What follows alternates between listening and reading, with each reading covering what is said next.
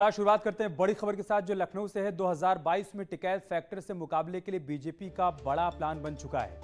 22 से 25 अगस्त तक के बीच राजधानी लखनऊ में बीजेपी की ओर से किसान पंचायत का ऐलान किया गया है। इससे पहले 16 से 23 अगस्त तक बीजेपी किसान मोर्चा गन्ना बाहुल्य विधानसभा क्षेत्रों में किसान संवाद करेगा। किसान पंचायत आयोजित करने की जिम्मेदारी बीजेपी किसान मोर्चा के प्रदेश अध्यक्ष कामेश्वर सिंह को दी गई है। किसान पंचायत कर बीजेपी बताएगी सरकार की तरफ से किसानों के लिए अब तक जो काम किए गए हैं। पश्चिमी उत्तर प्रदेश में बीजेपी किसान चौपाल करेगी। उसके बाद एक बड़ा आयोजन लखनऊ में किया जाएगा 22 से 25 अगस्त के बीच, जहां पर किसानों से संवाद किया जाएगा। किसान मोर्चा को इसकी जिम्मेदारी दी गई है। किसान मोर्चा के प्रदेश अध्यक्ष की तरफ से इसमें किसानों से संवाद किया जाएगा और बताया जाएगा कि अभी तक सरकार की तरफ से किसानों के लिए कौन कौन सी योजनाएं लाई गई हैं और कैसे उससे किसानों को फायदा पहुंचाया गया है। और लखनऊ से हमारे सहयोगी अनामिका इस वक्त हमारे साथ जुड़ चुकी हैं। अनामिका, बड़ा प्लान तैयार किया है बीजेपी ने किसानों को साधने के लिए। जो गुस्सा, जो नाराजगी किसानों के भीतर भरने की कोशिश की जा रही थी, बताया जाएगा, किसानों को समझाया जाएगा कि सरकार दरअसल किसानों की हितैषी है और क्या काम कर रही है किसानों के लिए। क्या जानकारी आपके पास? और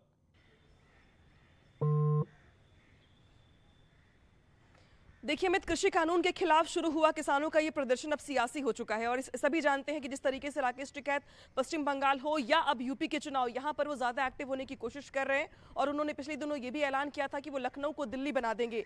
हालांकि इसके बाद लगातार बीजेपी की ओर से उनको काउंटर किया जा रहा है, लेकिन अब वेस्ट यूपी के कुछ जिले ऐसे हैं जहां पर ये माना जा रहा था कि किसान आंदोलन का थोड़ा बहुत असर वहां पर दिखाई दे सकता है, जिसको देखते हुए बीजेपी ने एक फुल प्रूफ प्लान तैयार किया है। इस प्लान के तहत अब लखनऊ में किसान पंचायत आयोजित की जाएगी, लेकिन उसके पहले किसानों से संवाद किया जाएगा।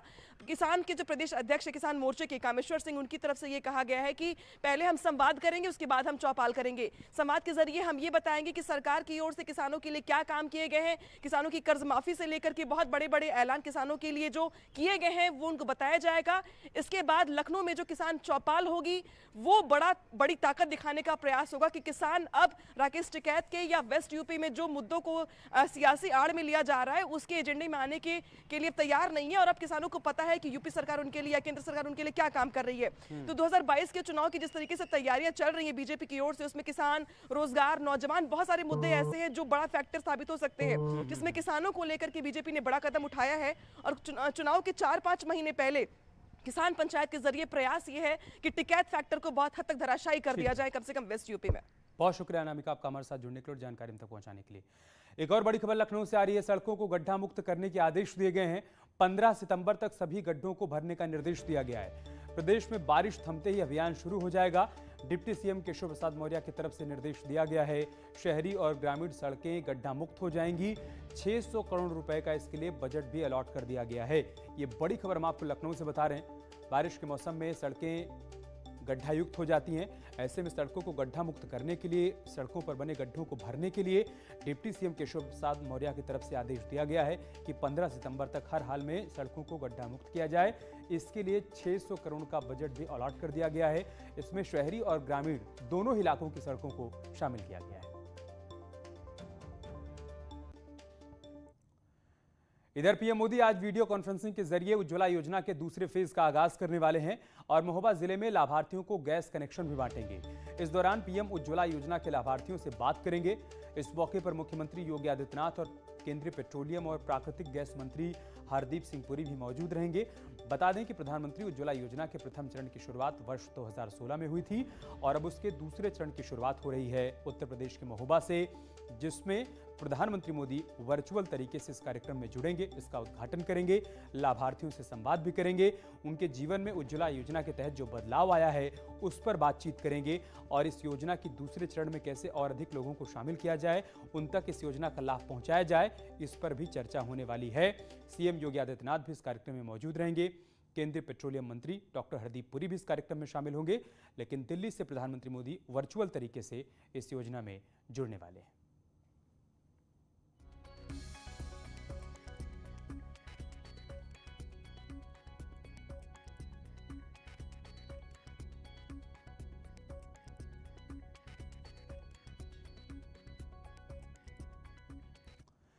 और इस बीच एक बड़ी खबर जौनपुर से आ रही है, जहां पर मुठभेड़ में 2 बदमाशों को ढेर कर दिया गया है। एनकाउंटर सिगरामऊ थाना क्षेत्र में हुआ। सूचना के बाद पुलिस ने बदमाशों की घेराबंदी की। बदमाशों ने पुलिस पर फायरिंग कर दी। पुलिस की जवाबी फायरिंग में बदमाश अभिषेक और नितिन की गोली लगने से मौत हो गई है।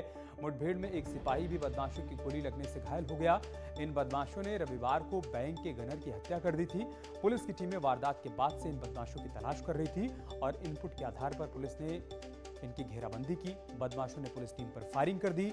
जवाबी फायरिंग में 2 बदमाशों को गोली लगी। उनको अस्पताल ले जाया गया, जहां दोनों को मृत घोषित कर दिया गया। इससे पहले इन बदमाशों ने लूट की बड़ी वारदात को अंजाम देने की कोशिश की, जिसमें गनर को इन लोगों ने गोली मारकर मौत के घाट उतार दिया था। उसके बाद से पुलिस टीमें इनकी तलाश में जुटी हुई थी और आखिरकार अब दोनों बदमाशों का इनकाउंटर कर दिया गया है। तो 2 तस्वीरें हम आपको दिखा रहे हैं। इस एनकाउंटर में 2 बदमाश ढेर कर दिए गए हैं। कैश बैंक के गनर की रविवार को इन लोगों ने हत्या कर दी थी। उसके बाद पुलिस टीमें लगातार इनकी तलाश कर रही थी और जब पुलिस को सूचना मिली कि सिंगरामऊ इलाके में बदमाश छिपे हुए हैं तो पुलिस ने इनकी घेराबंदी की। इन्हें सरेंडर करने के लिए कहा गया, लेकिन जब बदमाशों ने पुलिस टीम पर फायरिंग की तब पुलिस की तरफ से भी जवाबी कार्रवाई की गई और उस कार्रवाई में दोनों बदमाश ढेर हो गए। हालांकि इस मुठभेड़ में एक पुलिसकर्मी भी घायल हो गया है। और जौनपुर के एसएसपी अजय साहनी इस वक्त हमारे साथ फोन लाइन पर जुड़ चुके हैं। अजय साहनी जी, इस एनकाउंटर के बारे में बताइए।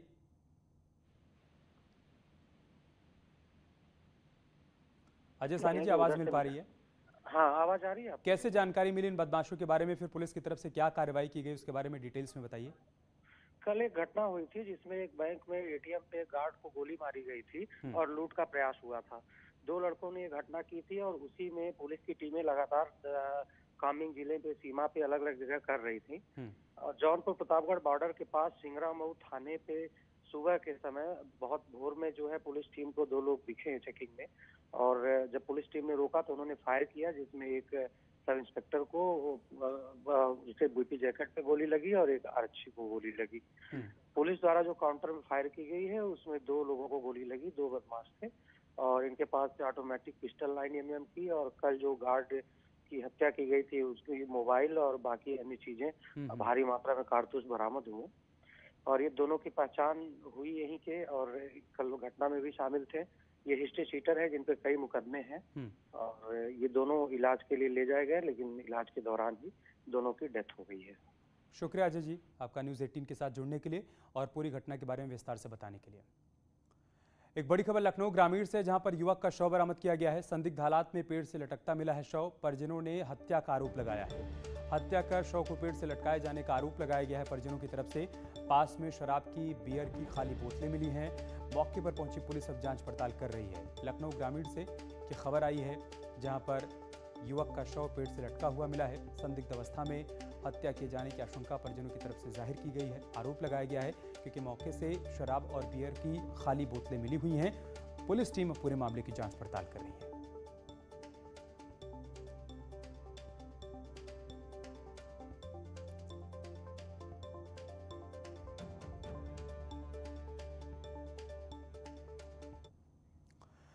और बात करते हैं बाढ़ के प्रकोप की। यूपी के कई जिलों में बाढ़ का प्रकोप है। प्रदेश में इस वक्त गंगा, यमुना, बेतवा, चंबल, सरयू समेत कई नदियां उफान पर हैं। कई जिले, निचले इलाके ऐसे हैं जो वहां से लोग पलायन कर रहे हैं, मजबूर हो गए हैं पलायन करने को। सूबे के 25 जिले बाढ़ से सीधे तौर पर प्रभावित हुए हैं। प्रयागराज, कौशाम्बी और फतेहपुर से बाढ़ की बेहद खतरनाक तस्वीर सामने आई है, जहां लोगों के घरों में पानी घुस चुका है। प्रयागराज के दारागंज के बख्शी बांध से नाग वासुकी होकर संगम जाने वाली सड़क पर नाव चल रही है। नाग वासुकी रोड किनारे बने मकानों में 10 फीट तक पानी भर चुका है। कौशाम्बी में यमुना में बढ़े जलस्तर से तराई के गांव में पानी घुस चुका है। फसलें जलमग्न हो चुकी हैं तो कई गांवों का संपर्क भी टूट गया है। लोग नाव के सहारे जिंदगी बचाने के लिए मजबूर हैं। फतेहपुर में भी यमुना नदी का जलस्तर बढ़ने से कई गांव बाढ़ की चपेट में आ चुके हैं।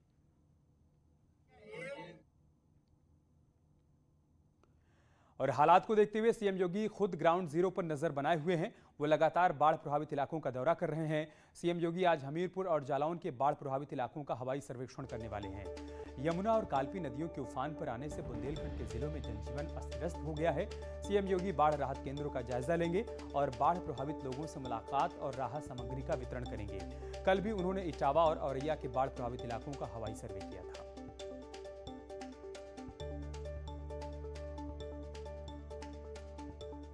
तो कल भी सीएम योगी ने औरैया और इटावा का हवाई सर्वेक्षण किया था और बाढ़ से हुए नुकसान का आकलन भी किया था। बाढ़ के हालात का जायजा लेने के बाद सीएम योगी ने अधिकारियों के साथ बैठक की, उनको निर्देशित किया। इसके साथ ही सीएम योगी ने इटावा और औरैया दोनों ही जगहों पर बाढ़ से प्रभावित लोगों से मुलाकात की और उनको राहत सामग्री भी बांटी। साथ ही सीएम ने लोगों को हर संभव मदद का भरोसा दिया। इस दौरान सीएम ने बताया कि हर गांव में नोडल अधिकारी की तैनाती की गई है। साथ ही बाढ़ पीड़ितों के लिए नावों और खाने की व्यवस्था भी की गई है।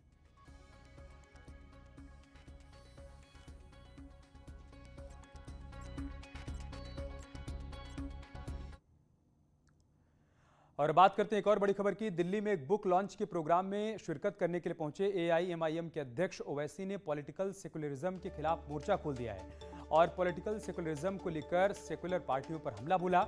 मुस्लिम समुदाय के साथ नाइंसाफी का आरोप लगाते हुए कहा कि देश में मुस्लिम समुदाय की तमाम समस्याओं के लिए पॉलिटिकल सेकुलरिज्म ही जिम्मेदार है। वहीं ओवैसी ने इशारों में राहुल गांधी पर निशाना साधा और कहा कि हारने के लिए मुस्लिमों को जिम्मेदार ठहराते हैं लेकिन जीत का श्रेय नहीं देते। ओवैसी ने नाम लिए बगैर कहा कि राहुल गांधी उत्तर प्रदेश से हारकर दक्षिण भारत में ऐसी सीट पर जाकर चुनाव जीते जहां पर 30 से 35% मुस्लिम वोटर हैं। कि मैं वो नाम निहाद सेकुलरिज्म की भूल भुलैयों में रहकर कुछ हासिल कर लूंगा तो यकीनन इनफरादी तौर पर आपको ओहदे मिल जाएंगे, मगर इज्तिमाई तौर पर मुस्लिम अक़लियत का कोई फायदा नहीं होने वाला। ये तल्ख़ हकीकत है। दिल्ली में 82% मुसलमानों ने मौजूदा वज़ीर आला की पार्टी को वोट दिया, मगर मौसूफ का बहादुर इतने हैं कि जब दिल्ली में फसाद हो रहा था तो वो गांधी की समाधि पर जाकर अपने आप को गूंगा बनाकर बैठ गए। ये हकीकत है सेकुलरिज्म की, पॉलिटिकल सेकुलरिज्म की। तो कांग्रेस के एक बहुत बड़े लीडर हैं जो लीडर भी बनने की कोशिश कर रहे हैं अभी भी माशाल्लाह से 50 साल की उम्र में, वो हार गए हैं उत्तर प्रदेश से। और कहां से जीतते हैं? उस हल्के से जीतते हैं जहां पर करीब 25-30% माइनॉरिटीज का वोट था। और फिर इनका इल्जाम हम पर यह कहने आपकी वजह से सब हो रहा है। मैं जिम्मेदार नहीं हूं। जम्मू कश्मीर के दौरे पर पहुंचे कांग्रेस नेता राहुल गांधी ने आज खांदरबल में खीर भवानी दुर्गा मंदिर में पूजा अर्चना की। तस्वीरें सामने आई है वहां से, जहां पर राहुल गांधी पूजा अर्चना करते हुए नजर आ रहे हैं। गांदरबल की तस्वीरें आप देख पा रहे हैं। दरअसल राहुल गांधी जम्मू कश्मीर के दौरे पर हैं और वहीं उन्होंने गांदरबल में खीर भवानी दुर्गा मंदिर है जहां पर विधिवत पूजा अर्चना की है और पूजा अर्चना करने की तस्वीरें सामने आई हैं जो इस वक्त हम आपके साथ साझा कर रहे हैं।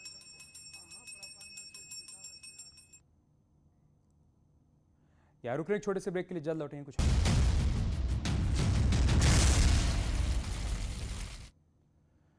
और अब खबर बरेली से, जहां पर शादी समारोह में अवैध हथियारों से खुलेआम फायरिंग की गई।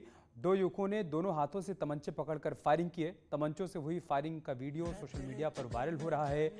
बारादरी थाना क्षेत्र के शाहमदगंज इलाके का यह मामला बताया जा रहा है, जहां पर शादी समारोह के दौरान हर्ष फायरिंग की गई है। खुलेआम देखिए 2 युवक हाथों में तमंचा लेकर फायरिंग करते हुए नजर आ रहे हैं।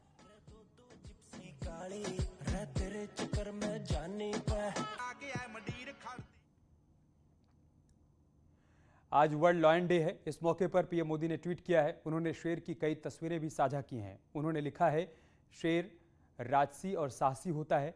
भारत को एशियाई शेर का घर होने पर गर्व है। वर्ल्ड लॉयन डे के मौके पर मैं शेर संरक्षण के प्रति उत्साही सभी लोगों को बधाई देता हूं। आपको खुशी होगी कि पिछले कुछ सालों में भारत में शेरों की आबादी में लगातार बढ़ोतरी हुई है। जब मैं गुजरात के मुख्यमंत्री के रूप में सेवा कर रहा था तो मुझे गिर शेरों के लिए सुरक्षित आवास सुनिश्चित करने की दिशा में काम करने का मौका मिला था, जिससे पर्यटन को भी बढ़ावा मिला है।